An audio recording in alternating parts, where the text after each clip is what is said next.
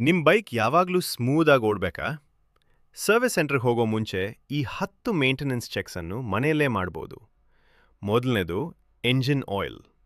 Engine oil level ಅನ್ನು ನಿಯಮಿತವಾಗಿ check ಮಾಡಿ.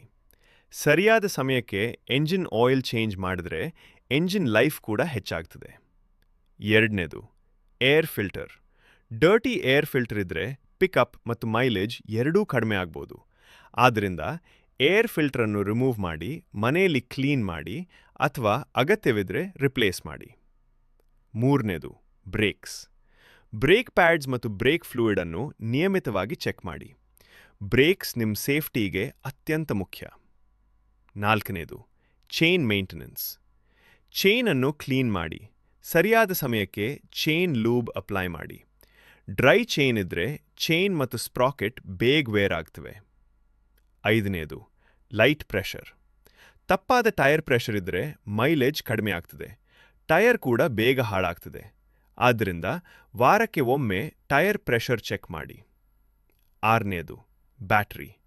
ಬ್ಯಾಟರಿ ಟರ್ಮಿನಲ್ಸ್ ಕ್ಲೀನ್ ಆಗಿದೆಯಾ ಎಂದು ಚೆಕ್ ಮಾಡಿ. ಹೆಚ್ಚು ದಿನ ಬೈಕ್ ಯೂಸ್ ಮಾಡದಿದ್ರೆ ವಾರಕ್ಕೆ ಒಮ್ಮೆ ಬೈಕ್ ಸ್ಟಾರ್ಟ್ ಮಾಡಿ. ಏಳನೇದು ಕೂಲೆಂಟ್. ಲಿಕ್ವಿಡ್ ಕೂಲ್ಡ್ ಬೈಕ್ ಇದ್ರೆ ಕೂಲೆಂಟ್ ಲೆವೆಲ್ ಅನ್ನು ಚೆಕ್ ಮಾಡಿ. ಕೂಲೆಂಟ್ ಕಡಿಮೆ ಆದರೆ ಎಂಜಿನ್ ಓವರ್ ಹೀಟ್ ಆಗುವ ಸಾಧ್ಯತೆ ಇರ್ತದೆ. ಎಂಟನೇದು switch maintenance. Headlight switch, indicator switch, horn switch, starter switch ಈ ಸ್ವಿಚಸ್ ಸ್ಟಿಕ್ಕಿ ಆಗಿದ್ರೆ ಎಲೆಕ್ಟ್ರಿಕಲ್ ಕಾಂಟ್ಯಾಕ್ಟ್ ಕ್ಲೀನರ್ ಸ್ಪ್ರೇ ಮಾಡಿ. ಇದರಿಂದ ಸ್ವಿಚಸ್ ಸ್ಮೂತ್ ಆಗಿ ಕೆಲಸ ಮಾಡ್ತವೆ. ಒಂಬತ್ತನೇದು ನಟ್ಸ್ ಮತ್ತು ಬೋಲ್ಟ್ಸ್.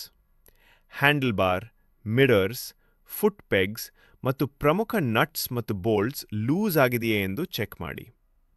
ಹತ್ತನೇದು bike cleaning.